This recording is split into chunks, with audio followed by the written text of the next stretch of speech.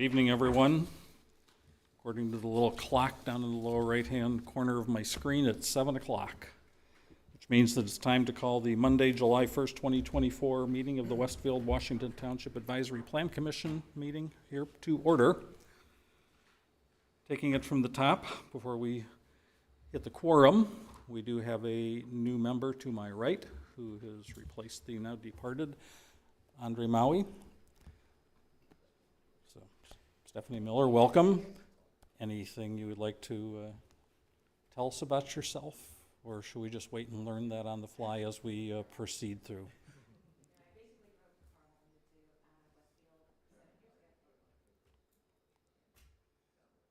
I got to learn some things here. There you go.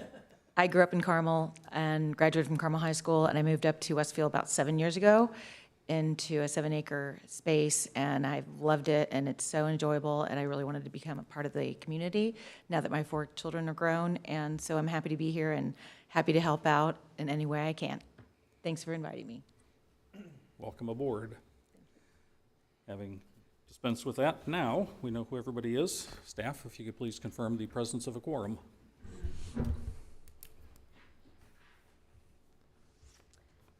Please bear with me, I am not Wes. Mr. Bunkefist. Present. Mr. Horke. Here. Mr. Khan. Dr. Keene. Here. Ms. Carlson. Here.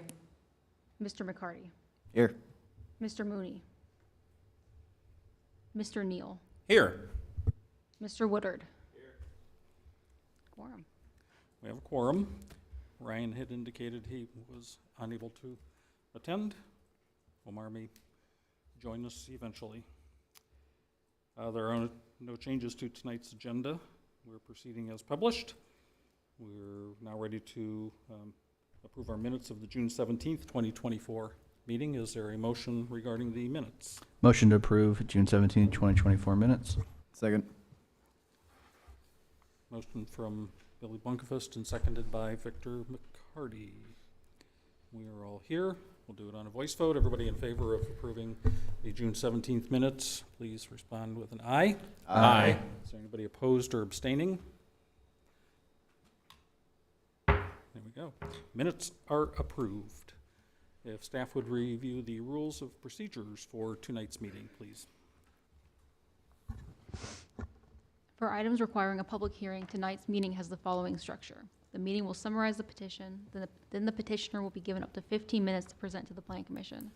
The president will then open a public hearing. Individuals will be given 3 minutes to speak. Those representing a group will be given 5 minutes to speak.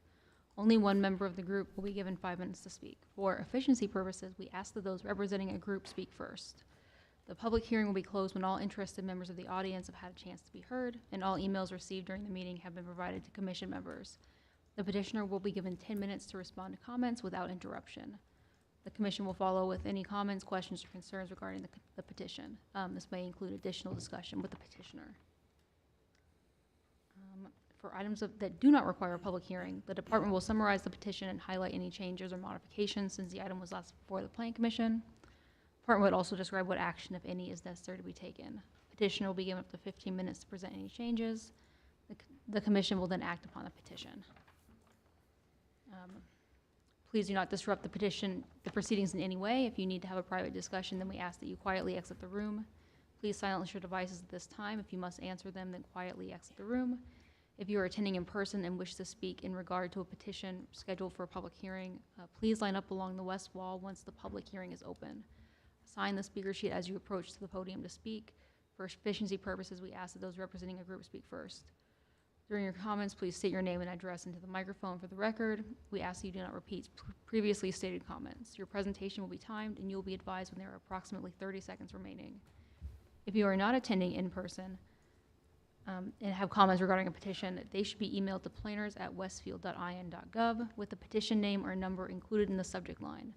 These comments will be forwarded to Plan Commission members and the petitioner. We would like to remind everyone to speak directly into the microphone so your comments can be put into the record. Also, please mute your microphone when not speaking. If you come up to the podium to speak, please ensure the microphone is on as indicated by the green light on the base. Thank you. Thank you. We have a consent agenda tonight with one item. Is there a motion regarding the consent agenda? Mr. President, I move the consent agenda as presented. Oh, second. We have a motion from Mike Neal, seconded by Mark Keen. If staff would please call the roll. Yes. Mr. Horke, Yes. Mr. Khan. Nope. Dr. Keen, Yes. Ms. Carlson, Yes. Mr. McCarty, Yes. Mr. Neal, Yes. Mr. Woodard. Consent agenda is approved. Thank you. There are no items of business, which takes us to the first of two public hearing items. First item is a zone improvement plan, petition 2407-CPA-01. This is in front of us for a public hearing. It is also something that if there is nothing that is revealed during the course of that hearing or any discussion, we could go ahead and send a recommendation to council. So if we can have a presentation, then we'll open a public hearing. Very good. Good evening. For the record, Jonathan Nail. I'm the Director of Public Works for the City of Westfield. Before you tonight is the zone improvement plan as an amendment to the comprehensive plan. Specifically, this zone improvement plan is related to our road impact fee in the City of Westfield. So as a reminder to APC, we collect road impact fees from developers developing primarily vacant land currently. Those developments generate additional traffic or trip generation for those developments. And the city charges a fee to the developer for the trips that those developments generate. The fund allows us to improve roadways to handle future growth. And every 5 years, we do a study to update that road impact fee.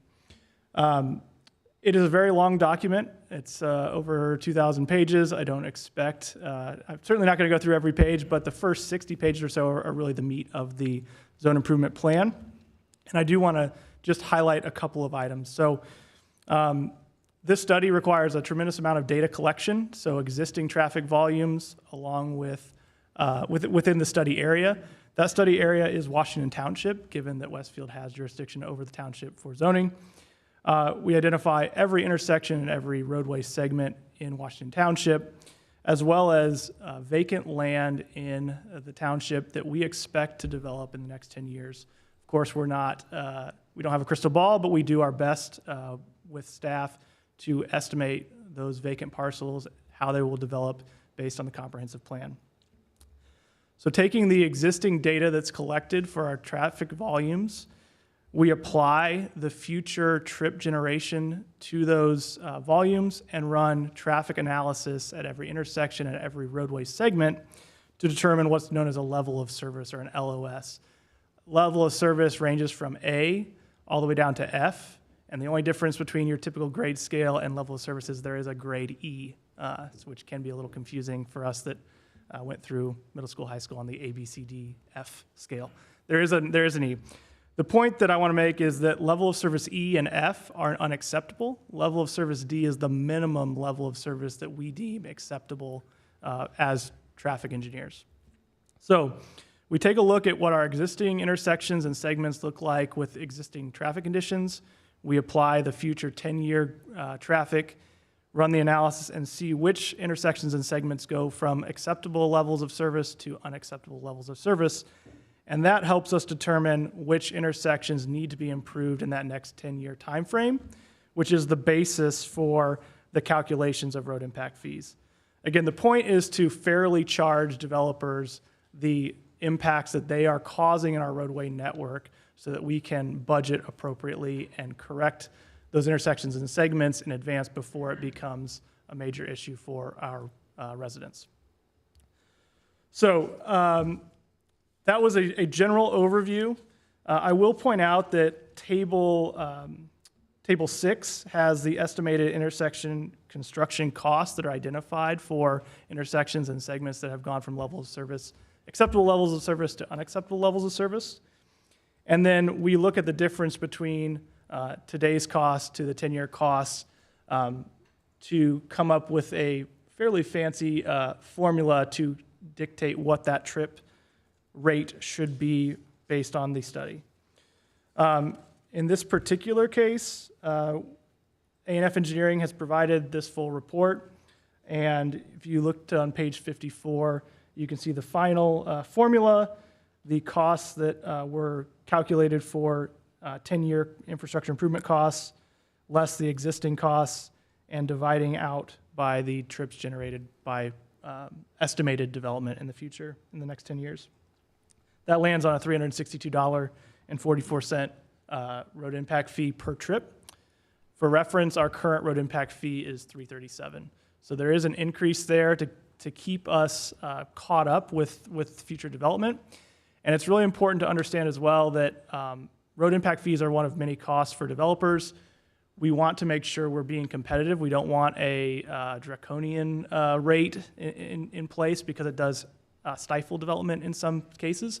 So we want to make sure that rate is at least competitive with our neighbors who are competing over future developments with. So I will tell you that this rate that is proposed with this zone impact study, or road impact fee study, is actually less than Noblesville and Fishers. Carmel does not have a road impact fee. So it does put us in a very competitive place relative to our peers, in case people were wondering. So I will stop talking now. I'm happy to answer any questions you may have. Okay, we'll have that opportunity. We'll go ahead and open a public hearing first, since that's part of what we're needing to do. Typically do those first, and then we'll go ahead and open it up for Plan Commission comments. Once again, a reminder, if there is anybody attending virtually that has an interest in commenting on this item in front of us, specifically the road impact fee adjustment or anything else, please quickly email planners@westfield.in.gov. And with that, I will go ahead and open a public hearing at 7:12. Do we have anybody signed up to speak yet? We do not. We do not. Are any of the smiling faces out here in City Hall interested in talking about the road impact fees? No is a viable option. So we'll wait for just a minute or two, just in case there is somebody furiously typing out there that wants to correspond with us and is attending virtually. And if not, we'll close the public hearing and have Plan Commission discussion.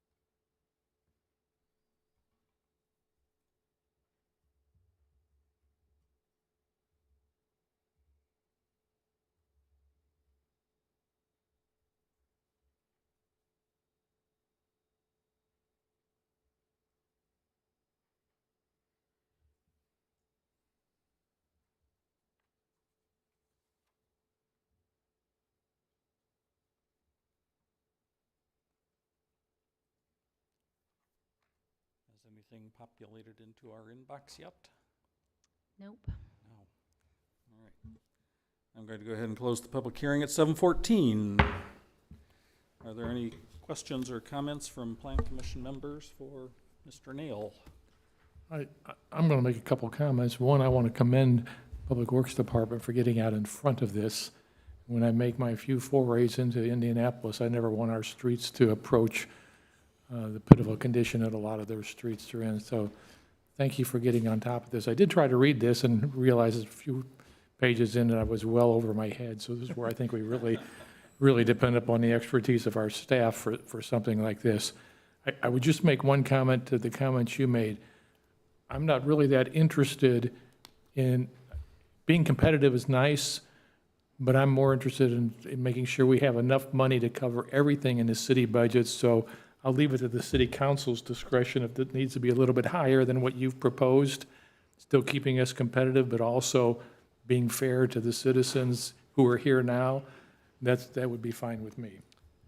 Yeah, and I should have done a little bit more to clarify that. So we want to make sure that it's really a sanity check to make sure that that rate that we're proposing is in line. But the data provided in this report is really the basis for that rate. So there's good hard data to support it, and that's the key. So we feel like this rate does indeed keep our roadways in a position to keep up with growth, and that's the first and foremost goal of this study. The secondary thing is to make sure that if our study came back with a $2,000 per trip road impact fee rate, and we realize that that's 4 times higher than anyone else, it's an indicator that we may have made a mistake in the zone improvement plan. So the fact that it is in line with neighbors and competitive, I think, just goes to show the quality of the report that was done.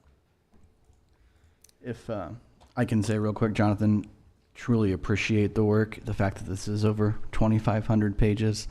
It's very well done. Thank you for that. I will say, it is interesting to see, but kind of echoing Dr. Keene's points, we are the gatekeepers of the comprehensive plan, and it's exciting to see those things. We often hear about traffic and hear about traffic impact from development and how that impacts.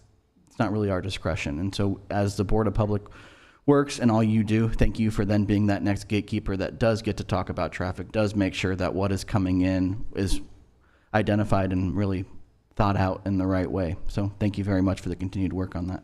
You're welcome. Happy to do it.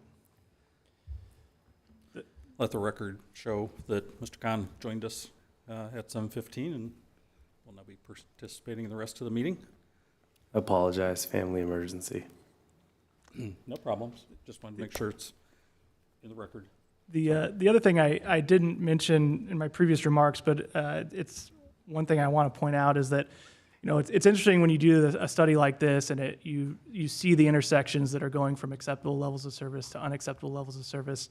And then I presented our capital improvement plan to council in April, and I believe without exception, all the intersections that were falling to an unacceptable level of service are already in our capital improvement plan. So it's another check to make sure that my staff is thinking about our growth correctly, because they've already anticipated what the data has shown in this report. So kudos to them in that regard. I have a quick question. So is this revenue here, this $116 million is what's going to be generated from our actual collected in the next 10 years? So the 116 million, is that what you're referencing? That is the cost. That is the cost of infrastructure improvements over the next 10 years. So there's, it's not the revenue. It is when you subtract the future 10-year cost from the existing cost. So in other words, there are a couple intersections with existing traffic that we need to make improvements to. We don't get to account that towards our trip. It's the difference between the future 10-year costs and what's existing cost today.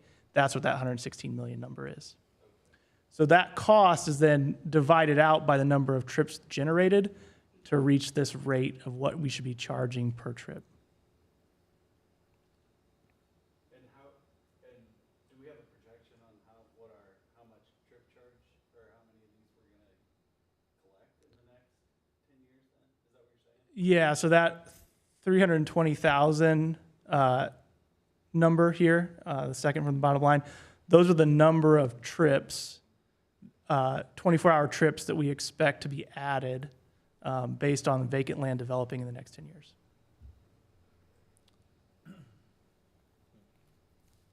That's the denominator in the calculation to come up with that dollar per trip rate. You're welcome. Math was never my forte, but in trying to help translate for not just myself, but those that in the audience or might be listening, a little clarity. So that 362, if you go to the following page, yeah, so we have the examples. So then in total, would each future single-family residence, based on the 24-hour trips, say the 94, per residential unit, we would collect 34,000, or is that for the entire development? No, so that's for 10 dwelling units of single family. Oh, So I see that. the single family rate is $3,407. Good deal. Yep. Yeah, that helps. I just real quickly Googled Noblesville's. They have this like 4-page document as opposed to 2,000. But no, I think we're definitely then comparable. Yeah, Noblesville, I believe, either recently updated or in the process of updating theirs, and it's going to be substantially. Yeah, this one was from 2020, which brings me to my next point, because I know we've discussed this in the past with knowing that this was going to be coming up. Just for educational purposes, could you share of when this was initially intended to take place, but just due to constraints of the time, why we're addressing it now? I can. I don't know if if this was the forum for that discussion, but I'd be happy to talk offline on that if you'd like, Victor. What I was going to say, though, to your point, to kind of help clarify, if you can, Lauren, scroll up back to that equation. I'm trying to simplify it because it is a scary looking equation, but essentially what we're trying to do is determine how much roadway costs improvements we have over the next 10 years that are caused by development, and divide that evenly by the new trips that are going to be generated by that development is the simplified way to say it. So what are our costs due to development, and divide it equally amongst all the new trips that are generated by that development. Is that required by statute that we have to do it? Yes. And I don't want to overstep Beth, but I think she would agree that that is correct. Yes. It's all regulated by state statute.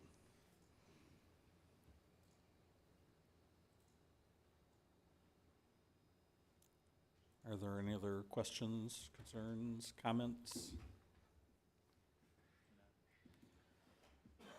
That being the case, this is something that we need to send a recommendation to council, and frequently we don't do those recommendations on the night of a public hearing, but when there is something that needs to happen and there is nothing that's revealed during a public hearing, we can go ahead and do that.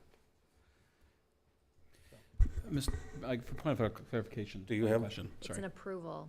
It's not actually a recommendation, so we make, because Oh. it's an amendment to the comprehensive plan. So we approve That's right. this, and then we certify it to send it to the city council. So my question to you is, Thank do you. we need to suspend the rules to do that, or can we just approve? Because typically we would bypass a workshop in any other scenario and then hold a vote if we're going to bypass that process, or because it's just an approval, we can do it without suspension of the rules. Yeah, I don't know that you need to have a workshop on this. because No, we're what I'm saying is, I don't know that that was me talking through it out loud. Oh, sorry, I'm sorry. Instead of just silently in my head. So, no, I don't think that you need to suspend the rules. And our procedure for not making recommendations on the night of a public hearing is more, it's not a codified, it's just our procedure, which we choose to do, but it's not a requirement in any statewide requirements. It's just something that is Westfield. So it's our ability to be able to do this or not. So we approve and we certify, we have two different things we have to do, or can that all be one? You can do it in one motion. You could move to approve and then and certify to the city council. Because it will be approved with just straight up the way it is, so it's not like there's any complicating factors to it. So, we will be happy to entertain that. Please, go ahead. I would like to make a motion to approve and certify the zone improvement plan 240-CPA-01. I would second Thank- that. Okay. We have a motion from Chris Woodard, seconded by Mark Keene. If staff would to both approve and certify. If staff will please call the roll.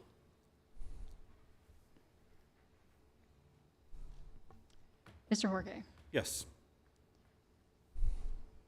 Mr. Khan, Yes. Dr. Keen, Yes. Ms. Carlson, Yes. Mr. McCarty, Yes. Mr. Neal, Yes. Mr. Woodard, Mr. Bunkerfist. Yes. So that is approved and certified. Thank you, and you'll see my face again in 2 weeks for our road impact fee ordinance coming before you, so see you soon. In 2 weeks or, okay, so that's going to be at the workshop. Okay. Okay. So, yeah, blew the fun for later. All right, moving on, we have a public hearing for the courtyards of Cielo Ranch Planned Unit Development, petition 2407-PUD-16. If staff, Lauren in particular, can provide an intro, and then we'll hear from the petitioner. Thank you. Good evening. For the record, Lauren Gillingham with the Community Development Department. The item before you tonight is the public hearing for the proposed courtyards of Cielo Ranch Plan Unit Development District. This petition proposes to rezone Cielo Ranch, a 36-acre equestrian facility, for the development of an age-targeted 80-lot low-maintenance community. This will be developed by Epcon, who also developed the courtyards at Carmel, courtyards at courtyards at Westfield. Thank you. Completely blanking. And is currently, they're working on courtyards at Town Run as well. So the site is located east of the intersection of East 161st Street and Oak Ridge Road. It will have access from East 161st, as well as from Oak Ridge, from Ridgewood Avenue through the Ridgewood subdivision. This is a substreet that was platted back in 1976 when that development was originally platted, when it was actually still under the county. So the city is requiring them to connect to it, but the original requirement to create the stub was a county requirement. The proposed ordinance includes a site plan and architectural elevations, which were included in the packet. The project must be developed in substantial compliance with these items, as well as the supplied site buffering, landscaping, and tree preservation proposals in the PUD. This petition is scheduled to be heard, this petition is being heard currently at the July 1st APC meeting. A neighborhood meeting was held on June 19th at the Courtyards of Carmel Clubhouse. There was a good turnout of both Ridgewood and Viking Meadows residents, with the big topics being access off of 161st, preservation of the trees on the west side of the property, and future improvements to the Viking Meadows, Viking Lair Road will align with the entrance to this development. So there are a lot of questions about how that was going to work. If there's going to be a center turn lane or a roundabout. Staff is able to answer any questions. Should there be anything from the Plan Commission? Matt Skelton with Church, Hiddle, and Antrim is here, and I imagine he would like to make a brief presentation. Thank you. Mr. Skelton. Good evening, members of the Plan Commission. For the record, my name is Matt Skelton, with offices at 116 North Union Street here in town. With me this evening with Epcon Communities is Dale Pfeiffer. Epcon is pleased to introduce to you the courtyards of Cielo Ranch, which will feature Epcon's classic courtyard homes. Some of you may be familiar with them already. These courtyard homes have been very popular and have been well received throughout Hamilton County and points beyond. The courtyards of Cielo Ranch is an HOA-maintained, low-maintenance community, providing lawn maintenance and snow removal for all of the residents within the development. Westfield recently, for some of you may have had experience with this, Mr. Jorge, I think, has the recently approved an expansion of the courtyards of Westfield project, which as part of Town Run, the Town Run PUD, and some additional lots were added there.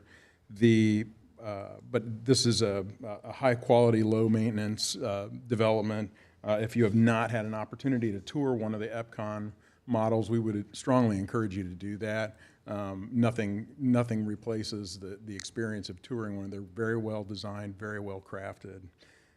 We actually hosted our neighbor meeting at the clubhouse in the courtyards of Carmel, and we had the model open there, and folks were able to tour the model, and I think many of the folks that attended our meeting did. The project site, I think Lauren has done a good job of orienting you. I'll just try to supplement here. If you could put up the concept plan. I think it's, yeah, that one. Yep. Thank you. I don't know why it's a different size. The project, or the home values are expected to range between $450,000 and $1 million. Each home includes one of EPCON's branded courtyard spaces. And am I able to pull up?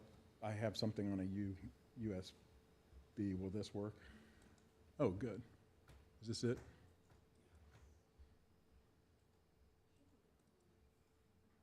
There we go. This just helps with folks that are less familiar with the EPCON designs.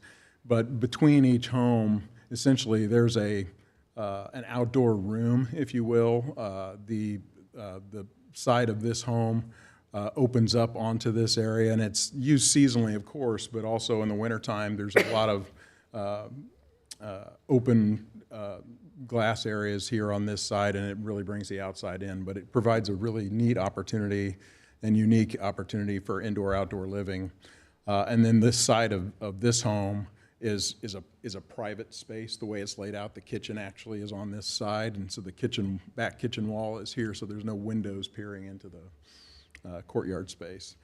Each of these has a privacy fence between them, and then this is commonly maintained space behind the homes. All the deed restrictions within these courtyard developments do not permit the installation of any accessory structures or any structures at all in that space, and it's all commonly maintained. Each home is constructed of high-end building materials, masonry and hardy plank materials. The EPCON plan includes a beautiful clubhouse, pool area, pickleball seating areas. How do I go back to the concept plan?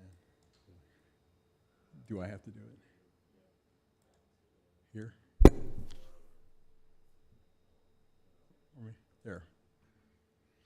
Thank you.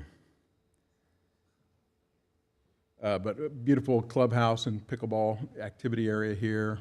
The EPCON's market niche really centers around providing higher-end resort quality housing for active adults that prefer to live in a closely connected community. As Lauren pointed out, we did host a neighbor meeting. We had, we think, about 15 attendees that weren't part of the development team. The several items were discussed. Lauren highlighted several of them. One of the questions, it was like one of the first questions, is will we be providing access to the Monon? And we would love to, and we are diligently working to try to do that. I don't know if it will be that will be an obtainable goal, but we're working with the industrial folks to the north to see if there's a way to obtain that access, and that would provide a benefit not only for the residents of Cielo, the courtyards at Cielo Ranch, but others. There were questions about what the entry feature would look like, and that's included in your materials if you have an interest in seeing it.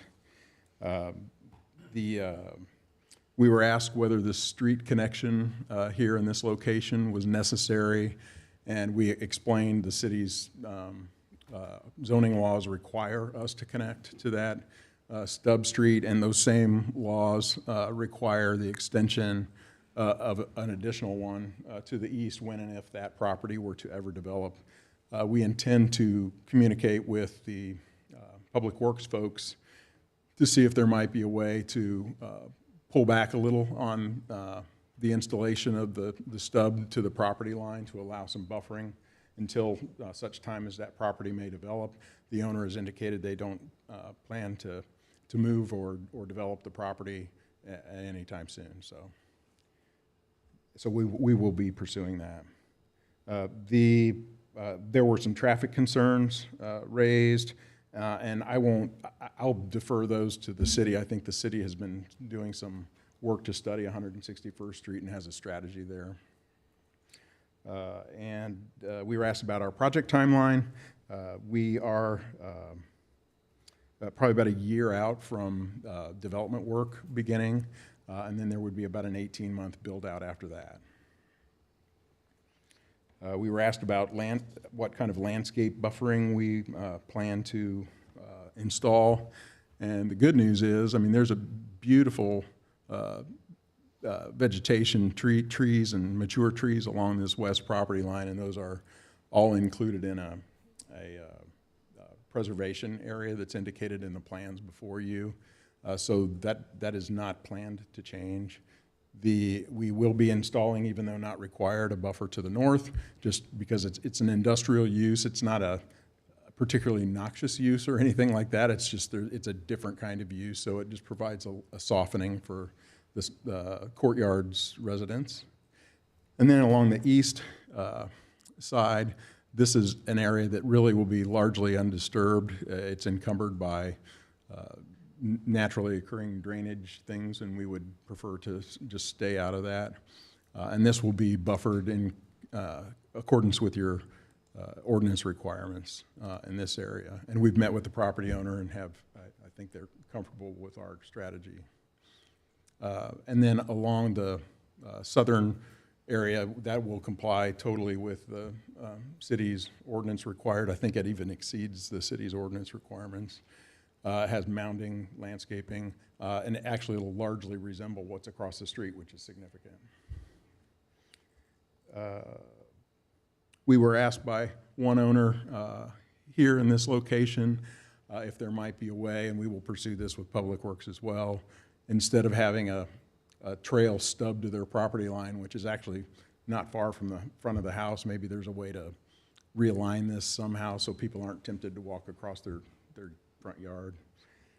So we have that note down and we will be pursuing that. We were asked to consider some limitations on permitted uses, and just as an example, educational institutions with dormitories, we don't plan to do that, so that's not a problem. And there may be others, we'll look into that. We have been asked this is probably getting a little more into the weeds than we need to get tonight, but we have the same minimum square footage of floor area requirements here that we do at the courtyards of Westfield / Town Run. But one question that we were asked is how many of the homes that would be built would be 1,400 square feet? And the answer is not many. I mean, Epcon has 5 floor plans, and one of which it has a somewhat smaller footprint, and that is used on problematic lots that are encumbered by easements or something unique to the shape of the lot or something, but it's less than 10% of the home. So we're going to propose some kind of limitation to that effect. And then lastly, it was brought to our attention that our ordinance does not provide for the use of metal as a roofing material, and there are some architectural accents that are like shed roofs, like seamless steel roofs over windows or entranceways, and it just adds some architectural interest, and so we'll address that in the PUD ordinance as well. But with that, I will stop talking. I'm happy to respond to any questions that you may have either now or after your hearing, and we look forward to working with you. Okay, thank you. We will move on to the public hearing. Another reminder, anybody that may be attending virtually, start quickly typing if you have comments you would like to make. Send an email to planners@westfield.in.gov, and be sure and include, it's the only item, so I guess we don't have to worry about the subject line. That being said, we'll go ahead and open the public hearing at 7:40. Do we have a list of names yet for anybody that is interested in speaking? We currently don't have anyone signed up. Oh, we do have somebody Yeah, if standing yes, and moving. if you want to speak, just come sign up your name and we'll go from there.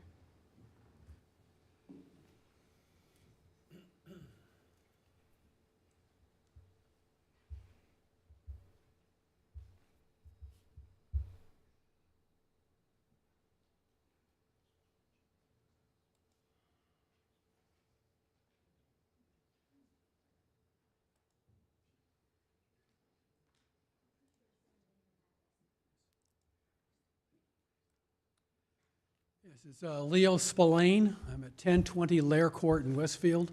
It's in Viking Meadows. It's directly across the street from the entrance to this particular subdivision. I want to say, first of all, I think this project sounds pretty attractive, so there's a lot to like about it. But I do have a couple of concerns. And of course, I think you've heard them. Number one is the traffic. Okay? Right now, it is very difficult most times of the day, not just rush hours, very difficult most of the times of the day, to make a left turn out of Viking Meadows onto 161st Street. And of course, people coming out of here got the same problem coming out, to make a left turn to go towards 31. So definitely something has to be done, or this could be a huge mess.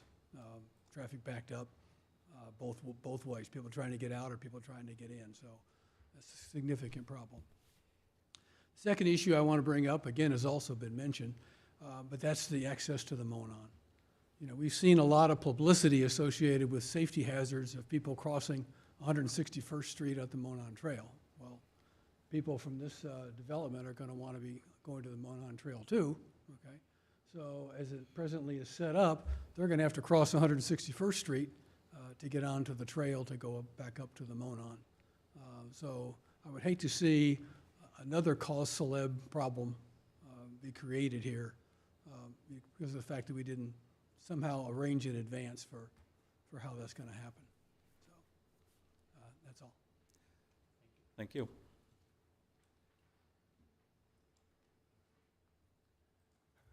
Good evening. I'm Mark Van Alsdahl at 804 Allen Court. So I would be on the west border of this development. It should be documented and noted. I voted for every one of you, just to make that clear. Sorry, trying a little humor. So a number of concerns. One is in our neighborhood, even today, trying to leave on Ridgewood and turn onto Oak Ridge. The neighborhood across from us is staggered, right? And so if you wanted to turn left or go south, sometimes you have to wait, let's say when school's letting out, 4, 5, 6 o'clock at night, there can be an awful lot of traffic. So now we're adding an additional neighborhood to that traffic, right? They'll probably want to go through our neighborhood if they're going to go north up to US 32. And so that's a great concern, right? We're going to be backed up in our neighborhood. The second concern is they have sidewalks in their development, but now we're adding traffic into our development without any sidewalks. Our neighborhood's a neighborhood of young families, children, and concerned about the people racing through our neighborhood to get to their neighborhood, right?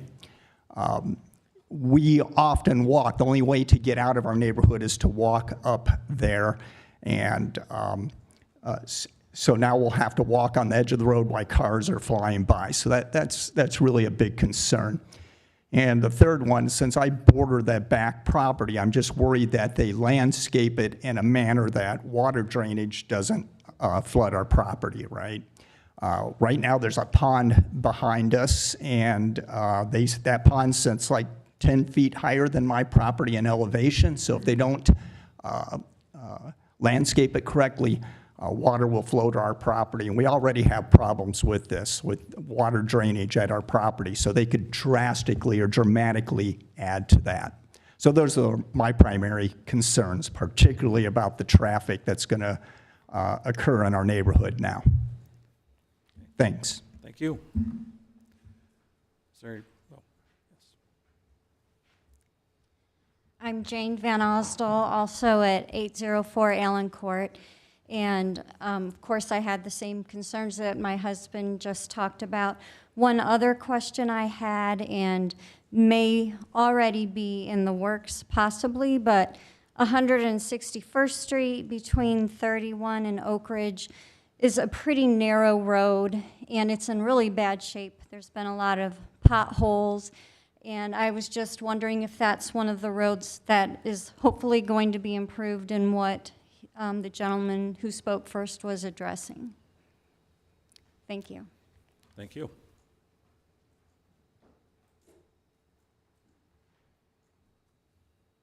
Yes, my name is Judd Lysing. I live at 16225 Montrose Lane, and I also am concerned with the sidewalks. My son's bus stop is at Oak Ridge and Wood Ridge, so he would have to walk that without any sidewalks and the new traffic coming in there. That's really my concern too, and drainage, because that creek or the pond that was there, and that thing is, you're doing away with it. So really the drainage into our property, because it's been an issue in the past. All right, thank you. Thank you.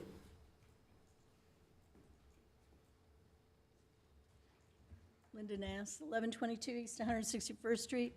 We are the property to the east between this development and the Monon Trail.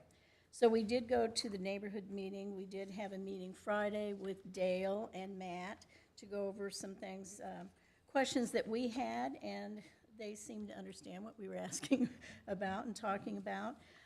And one of the things, I think you see it on here, that we had asked them was, those little red dots mean that those properties cannot, they do not have gates to go outside and go to the neighboring property, which I think is really good for the Ridgewood people.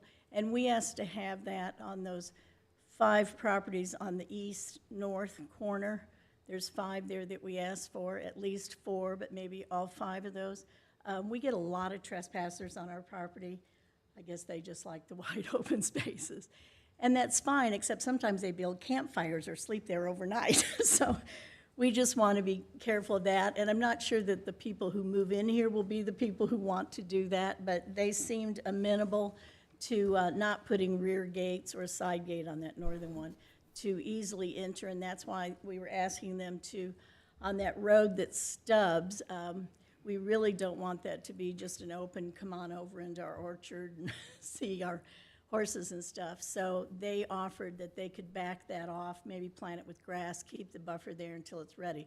Like in Ridgewood, that one was built in '76. Now it's going to become a real street. That's a long time to have that there. So we asked for that. And I know they're going to build 2 ponds. We talked to them about not taking the dirt out of those ponds and raising up the elevations in this area that back up to any of these homes, whether it be Ridgewood or our properties. That happened to us in the industrial park behind us. That industrial park is now 12 feet higher than the land used to be, so it would drain on our property, and we had to solve that with some swales and storm water and all kinds of stuff back there. So I think one of the other gentlemen mentioned that too. We don't want to see something higher than our existing property, and I think they were listening and would be responsive to that too. So I do want to say that they were very open to talking to us and listening to our concerns. You know, they said they would be good neighbors. We've always been good neighbors, and that's what we would hope we have going here. But we just wanted them to tweak a few things in that PUD to make sure that what they're talking about and presenting and in their sales material is actually written in the PUD. Like metal roofs weren't written in there, so we said we'd like to see you put that in there if you're going to have these metal roofs and a few other small things. So overall, I think we'll be able to work together on this, and if there's future meetings or that you have on this, we will probably be there to see what's going on. Thank you. Thank you. Have we had any electronic correspondence in our inbox yet?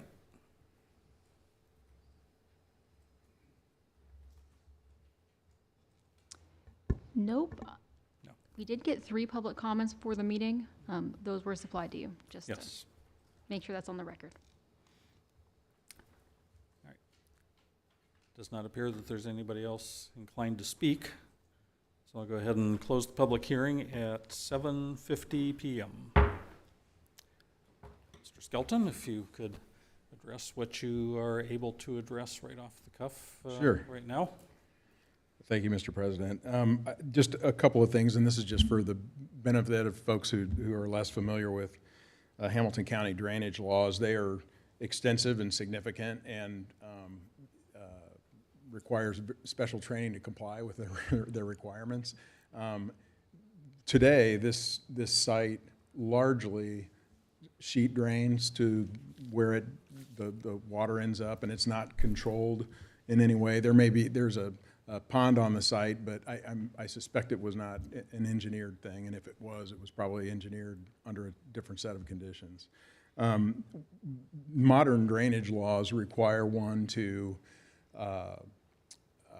make assumptions of more intensity of development than actually happens, and that's just so, it's safe, it's covered. And so not just Westfield, but all of Hamilton County has some of the most extreme drainage requirements of any place. But generally speaking, each site when it comes in is required to not only capture all of the runoff that emanates from its site, it has to detain it, slow it down, and then release it. It's actually got to be cleaned, detained, and then released. And so that will be happening on this site. So if anything, the current conditions that are largely naturally flowing conditions should be improved. Like typically in flash events after a rain, it lessens them. Creeks may stay wetter longer, but they don't swell as much. That's the typical case. And then traffic, like I said, I will defer to the city to respond to that. We understand this. One thing, I guess, that is a benefit of a proposal like this, the folks that live here don't typically operate vehicles at the same time everybody else does. They're not flying down the road, they're making their way to the pharmacy. The average age of the folks that live in here is probably about 75 years old. And there's fewer people per home. I think we're generally speaking, we're about 1.75 people per home. And then sidewalks, I don't really have anything to add on that. We really do want the Monon connection, and we are working diligently to do that if we can. But that does not affect EPCON's desire to pursue this site. So if there's any questions from the Plan Commission, we're happy to try to respond. One quick clarification. Can't remember if it was mentioned this evening already or not. Will this be 55 plus targeted or restricted? And so I don't think that has been finalized yet. So, but it's at least targeted because that's all they do. Yep, just like the and it is likely to be restricted. We're talking with the mayor's office about that. Yep. And then before Mr. Nail comes up, just wanted to don't want to burst his bubble, but I know that he'll be more equipped to speak about this than me. But just looking at the new capital improvement plan that was put out by the city, speaking of infrastructure improvements, there is a line item under the no funding source identified page that 161st Street widening from 31 to Spring Mill is allocated for 2029. But again, that's mainly due to not having funding sources currently. And with having new development here, that will help highlight that priority. And I've already spoken to a few that have messaged me and so forth regarding the possibility of a roundabout here at the entrance between this new neighborhood and Viking Meadows as well, or just some other traffic mitigation. Because again, all points tonight very duly noted that we want to have this be a very safe intersection. Again, not just for the Viking Meadows residents, but with most likely the 75 age range of wanting it safe for those drivers in this neighborhood as well. But then also, we traverse 161st Street all the time, and I know how bad it is. So improvements will be very much appreciated when the time comes.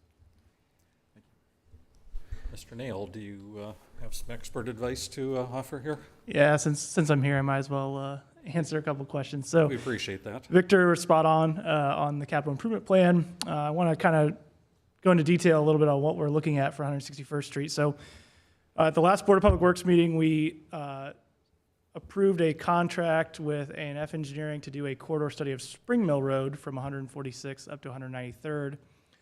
That corridor study includes looking at each intersection, neighborhood entrances included, to look at congestion mitigation and safety improvements to help inform us on the Spring Mill project. I would anticipate, not necessarily the same consultant, but anticipate a similar corridor study to get under contract in the near future for 161st from US 31 west to Town Road. Same scope, we're going to look at all the intersections inclusive of neighborhood entrances to really identify some of those intersections where people are having trouble making left turns out, as well as other congestion issues so we can improve both congestion and safety. Just at first glance, my engineering instincts would say that this potential future intersection where you've got the existing neighborhood to the south and a potential future neighborhood to the north, that intersection could be a candidate for a small roundabout in the future. And so that study will help inform us on that decision making. And then fortunately, although in the capital improvement plan it was in the no funding source identified currently, this is exactly a project that road impact fees might be able to cover as well. So I wanted to touch on that. Again, it's growth paying for growth. We are developers paying for road improvements that are necessary in the community. So. Mr. Skelton, I do have a question related to the design of specifically the courtyard. And I know you took your, you don't have to put it up. I remember what it looks like. So the courtyard, it appears that it goes all the way up to the neighbor's house. Is that the way it looked to me? It does. The neighbor's exterior wall forms the part of the room. It creates the outdoor living space. Okay. I know where you're going with this, and go ahead and address it. I've only had this question from one other person. You go right ahead. Thank you. With all the projects that we've done, only one other person has ever asked this, so I'm anticipating your question. But basically, each lot has an easement on the next lot, and so the area between there, it's exclusively used by the neighbor. It's all memorialized in the covenants. It's their bread and butter. Without the courtyard, these are just homes. Well, they're very nice homes. Sure. And then you can't you can't get around to the other person's courtyard. So let's say I'm the house to the right and the courtyard is to my left, and I go around the back side of my home, can I get into their courtyard, or is that fence? I'm sorry, That's okay. I'm pulling this up so I don't get confused. You could. So do. Yeah. So if I'm the house, right there. Here. No. So it looks like that house there. Uh-huh. What is there a gap between the home and that back fence line? No. Okay. There's none. There's no way they could get around to it. In most of the units, there are gates, like there would be courtyard gates that would allow you to get to the back. There are some restrictions on that in this project, just out of courtesy to our neighbors. There's some that, we did adopted the same approach in Town Run. That's not our favorite thing to do. Sure. Because it's part of their yard, but it's Sure. all commonly maintained. Are there any I know they're not windows in what would be the kitchen. So further down the house, there's obviously still a little bit more courtyard. There are windows typically all around here. I'm sorry. Let's go to the other side of that same home, or right there. That's fine. So if you keep going further down towards the front of the home, like in there, there starts to be windows there, or is that a garage? I don't know. That's part of the garage. Okay, so there clearly wouldn't be any windows. So there's almost going to be no windows on that side of the home, just because of the way the house is designed. This is unrelated to us. There are transoms. Got it. Yeah. Okay. This is unrelated to us. It's just curiosity that I have. In this type of design, obviously, because there's no windows on that side of the house, there's limited access to other sides of the yards. Has there ever been any question about public safety when it comes to, let's say the house catches on fire, and now my ways that I go are limited because I can't get out of the backside of my home unless I scale that fence. I can't get to my neighbor's yard. There's no windows on that side. And I'm not trying to throw any sort of alarm because that will be looked at by other people that are not us. So there's garage, obviously. Yep. There's front, and then there's one or more usually in this area. Okay. And they're not, I mean, these homes are one level. They may have a bonus room upstairs, but they're easy to navigate. Let's put it, they're very open spaces. And just so you know, all the developments have to have a fire marshal approval through all their plans and process. So that's been covered with them extensively. And we've been through this with the other project, obviously. So. Sure, yeah, and that was just more of a question of, did anyone ever ask that before? Was there any change in response to that? It sounds like the answer is no. The fire marshal would have deemed it safe, which I would obviously go by that expert's recommendation. All right, that's all the questions I have. Yeah, no Thank problem. You, Mr. Skelton. Mr. President, I have a question, and Vice President. I understand the explanation. First of all, I love the development. I think it's going to be great, but I am concerned. So I'm in favor of it as a whole. The thing that I am concerned with is the gentleman's comment about draining into his, your comment about draining into his pond into that area. And I'm not sure how that works, but I am concerned when a citizen says that the drainage could affect, because I'm very familiar with how that would work. And once that goes, it's quite a task to reverse it. So I just didn't know if we could get any clarity around that particular point that was brought up. One thing I would say, Omar, if I may, Please. is they could give us clarity, but how this is going to work is we need to approve this land use, and then it goes into due diligence accordingly with engineering and the proper approving bodies for drainage. Okay. So I would say on the underlying side of this, it makes sense to ask those questions, but I kind of mentioned about traffic earlier as well, right? Right. We can at least you know how we do with Victor, like we approve a residential thing, we go, hey, make sure when you go to council, don't let them rent those out as short-term rentals, right? It's the same situation where we approve the use, and then from there say, hey, make sure engineering really takes a hard look at the topo on this, make sure the drainage systems are in accordance. Jonathan and team, the engineering team, everybody else will look at this holistically to understand that. Under that circumstance, I'm good with proceeding as he described. Thank you. Yep, absolutely. Might I offer one comment? Any sheet drainage that we are receiving from adjacent properties, we have to collect, discharge, slow down and discharge. And we can't like build a wall and keep it out. And anything that is done on this site that creates runoff must not leave the site unless it is cleaned, slowed down, and then released at that controlled rate. So there's really, unless, I mean, with all the layers of not only regulation but review on this stuff, it is really difficult to foresee a situation in modern times where a condition could be made worse. Okay. And there would have to be a major mistake. Okay. And so. Jurisdiction having authority turns into authorities very fast when it comes to drainage. Sure. Mark? I have a timeline question, Matt. Site work will begin in 2025, the spring of About a year 2025 from is what now. you're planning if everything proceeds normally here. When would the first house be started then with site work in 2025? It'd start at the conclusion of about a year from now. That would be, I thought the site work would start in the spring of 2025, so that the houses, it'd take about 2 months, 3 months to get the site work prepped and everything, I would assume? So the houses not go up until September? Yeah, I would suspect we would, If you could state we your would start name. our site work in If you early could September. Identify yourself for the I'm record, sorry, please. Dale Pfeiffer with Epcon Communities, land acquisition. So if we follow our timeline, we would be under site development in spring of 2025. You're right, it takes about 3 months to get our site under development, and then depending on the rate of sales, when we sell lots, we could be in a position to start our homes in the early summer timeline. And it takes about 6 months to build a house.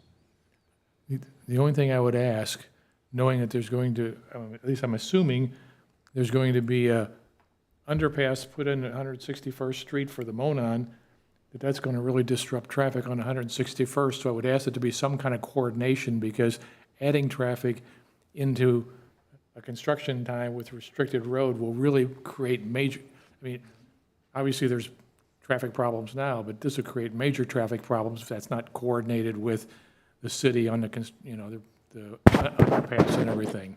So that's just something to make sure that's coordinated so that we don't have a snafu when it all starts. And just, you don't have to trust us on that. We have to go through a pre-con meetings with the staff, and they pretty much tell us what our routes need to be and that kind of stuff. So, I mean, that coordination will occur. I only bring it up because the city started resurfacing Union Street on the first day of school a few years ago.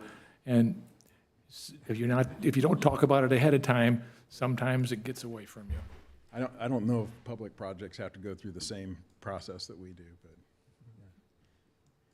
I do have a question. In the building materials, it reads cement fiberboard, engineered wood siding, i.e. LP Smart siding, glass, wood. I'm not sure what that additional siding refers to in there. We can talk about that. Sure. At the workshop. Yeah, that's fine. It's really, in order to accomplish the board and batten farmhouse style, I mean, this will be the first farmhouse package that the Indianapolis market has seen. It's their latest stuff. So in order to accomplish that, I'm less familiar with the nuances of that, but our architect will attend that meeting virtually, and we can get all those questions answered. Hey, one other question that I'm interested in. No answer required today. I'd love to actually pick this up at the workshop, but I'd like you to be armed with a response if possible. What is the, if we do head to a roundabout at that location, what is the need for right-of-way there? And is there any issues with what we're asking for right now? And we've already looked at it, and I think it's buildable as proposed. With the future median bound 161st Street? We'll verify that, but our engineer has taken some preliminary looks at that, anticipating this issue, and I think the right-of-way that we're planning for would accommodate what the city. I asked that question at the agenda meeting that we have the week before this meeting. Was everything actually anticipated to be able to accommodate whatever we might choose to put there? The answer was yes. Awesome, thank you. Mm-hmm. If this was covered, I apologize. You had mentioned the inclusion of the sheet metal roofing as well. Not sheet metal. It's well, the metal architectural feature. Yeah, excuse me. With that, though, does that fall under Chris's question, or will we see some additional carve out at workshop just to cover that accordingly? Carve out. I mean, just covering it inherent to your ordinance. Yeah, in the PD, it'll address it. Yeah, okay. And I can. You can see it. It's in your character exhibits. There's little black sheet metal. They're really classy looking. Because that is new to market, right? That's not at the current Courtyard product over off of 146 in town, is it? I asked that 'cause I'd love to go see it if so. I just don't remember seeing it. In Carmel, we know. The Carmel, okay. Carmel, yeah. Understood. And then I'm guessing you did say you will pursue the variance to the UDO and not have that eastern connector. Is that correct? So we'll see that update as well. I think we're required to have the connector, but we're going to work with Public Works to see if we could keep from extending it all the way to the hard property line, so we can accommodate a buffer. Your buffer, the 30-foot buffer as shown. Okay. And then final question. The landowner had mentioned you were considering the fence structures and their connection to that eastern property. Will we hear more on that at the workshop as well, I assume? Yeah, I didn't mean to omit that one. That You're was okay. just slipped through, so yes. Understood. Looking forward to the workshop meeting. Thank you. On the connector street, Matt, we're into the existing neighborhood. Was that going full width? Because I saw that we're going like a 50-foot road width in this community. I assume that we'll come off of that right there, full width, because it doesn't look like it to me. But I could be wrong. Have an answer for you by workshop, because I don't know the answer to that. Yeah. I'm sure that's probably the case.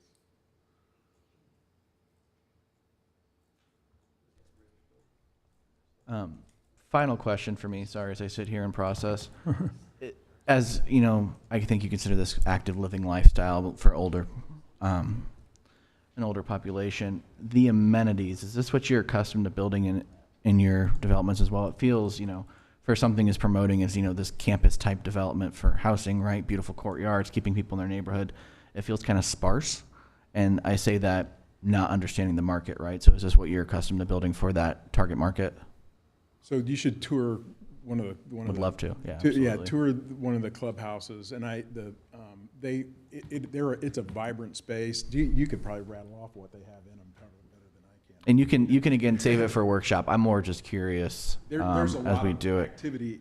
Interior to Yeah, the clubhouse, interior. right? So the exterior may not look like the greatest thing ever, but the interior And no, for it looks- seasonal use it makes looks like sense. the greatest thing ever. It's just a lot of it. A lot of it's- a lot On of it's paper, just the contained cartoon does not look like it. Got it. Understood. But it's all about pickleball, and the swimming area is very nicely done too. And but yeah, a lot of the activity is contained within the clubhouse. Understood. Thank you. Any other questions or comments? Excuse me? I'm happy to talk with them afterwards if you. Oh, the public hearing is closed. If there is anything else that you need, be in touch with staff or the petitioner directly. And that being the case, thank you for your time, and we'll see you at whatever workshop it is that you come to. Okay, we appreciate it. Thank you. Okay. That completes our public hearings for the evening. There are 2 items continued to a future meeting, and then reports and comments. Are there any Plan Commission members that have comments for each other, or staff, or anything else? City Council liaison. Yeah. Briefly, at our meeting last week, we approved the new Dora Zone downtown. We had a resolution for property tax abatement, traditional 10% over 10 years on Grassy Branch Road, just north of North Circle Church. We had a presentation from Economic Development Director Janelle Fairman regarding the future of the southwest corridor of our downtown. And then along that, approved an appropriation for about $12.9 million for economic development purposes. And we had a resolution that paired with economic development purposes, and that was all. Thank you. There was no BZA meeting in between our last meeting and now, nor was there a plat committee meeting. Bummer, huh? So, Community Development Department, we already got your one item that you were going to tell us about. Yeah. Did you have a second one? I'll give a little Have more. you thought of another? Little additional to that. So yes, at your July 15th meeting, workshop meeting, we will hear the second part of essentially the full road impact fee ordinance that goes with the zone improvement plan that was just approved this evening. That will require a public hearing as well. We have notice for that, but that meeting will be held here at City Hall because of the public hearing component to it.